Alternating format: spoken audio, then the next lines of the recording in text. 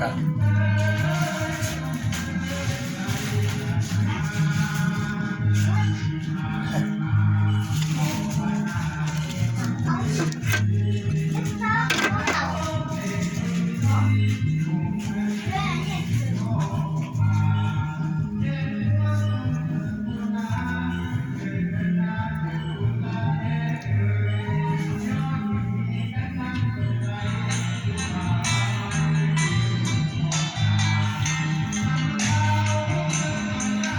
ความหักระหว่างสองเราพอถึงข่าวแม่เจ้าให้ไปขอ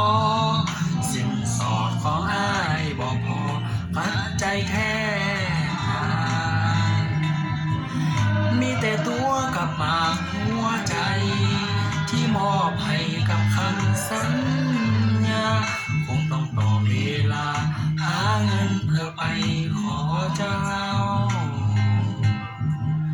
ต่อเวลาให้อายจะน้อยเด้อคนดีหากสองเฮาต้องไปได้ดี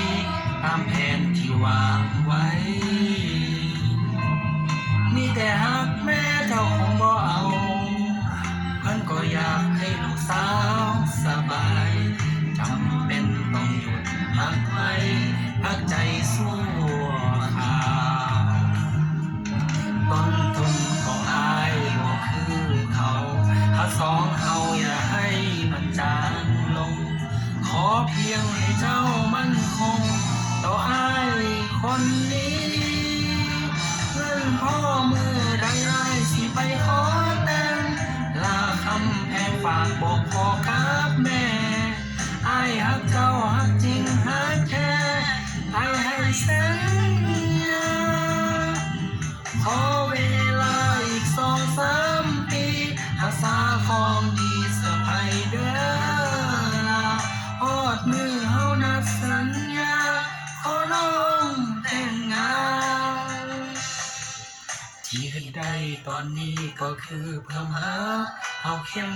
แข็งอย่านอกใจอย่าให้ไผมาแซงแทนที่หักเฮาฝากเดินฝากดินฝากฟ้ารักษาคุ้มครองสองเฮาจะกลับมาสู่ขอแต่งเจ้าในมือเงินทอง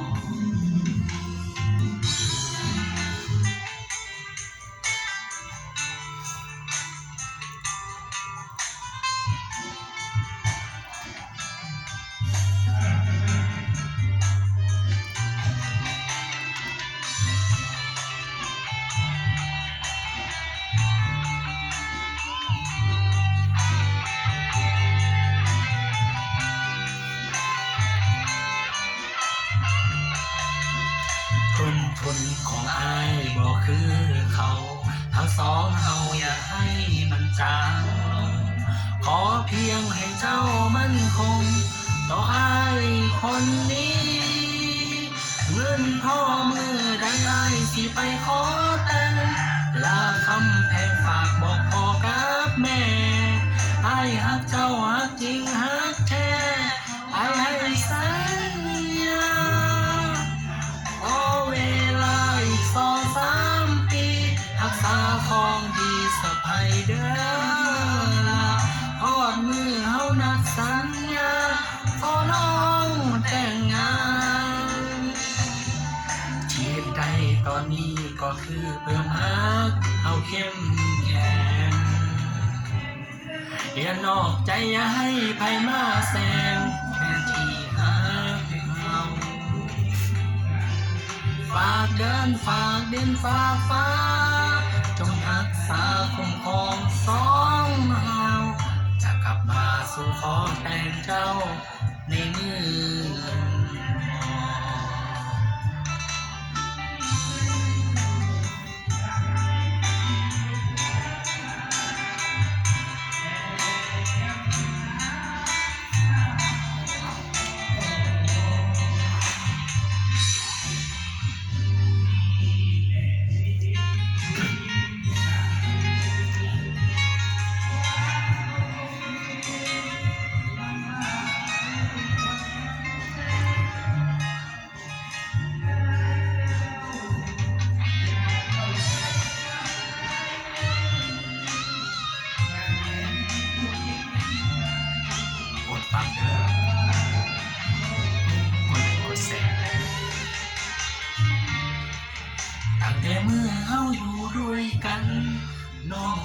คันกับอายก็ไผ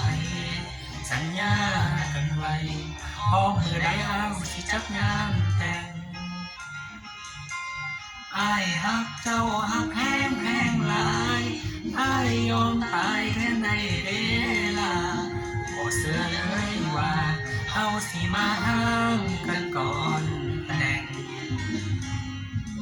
บอกได้บ่เหตุผลของเจ้าหากสองเฮามันยังขาดบนใดหรืออยู่กับอาย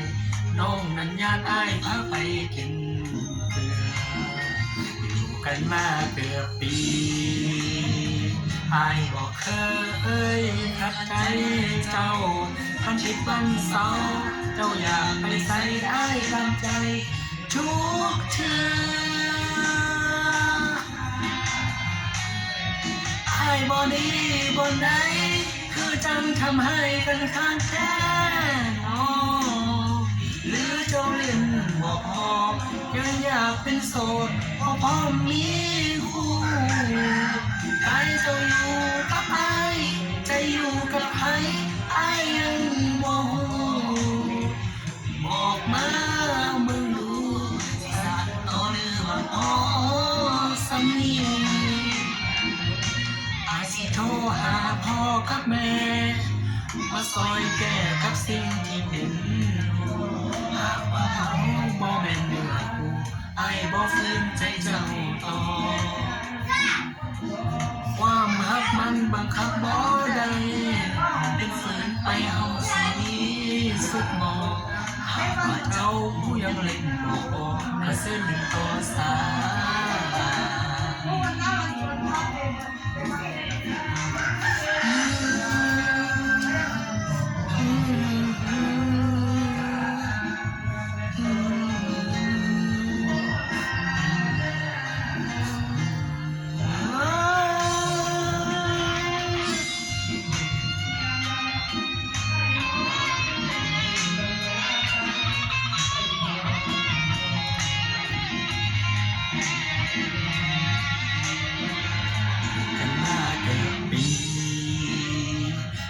บ่เค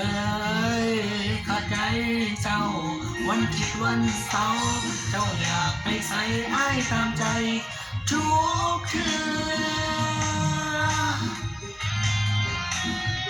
อ้ายบ่ดีบ่ไหนคือจังทำให้กันข้างแก้น้อง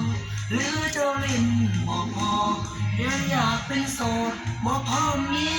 คู่กายเจ้าอยู่กับอายใจอยู่กับใครอายยังบ่รู้บอกมา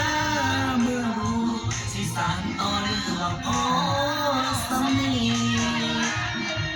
อายสิสู้หาพ่อกับแม่มาซอยแก้กับสิ่งที่เป็นหากว่าเฮาบ่แม่นเนื้อคู่อายบ่ฝืนใจเจ้าต่อความฮักมันบังคับบ่ได้เดินฝืนไปเฮาสิมีสุขบ่หากว่าเจ้า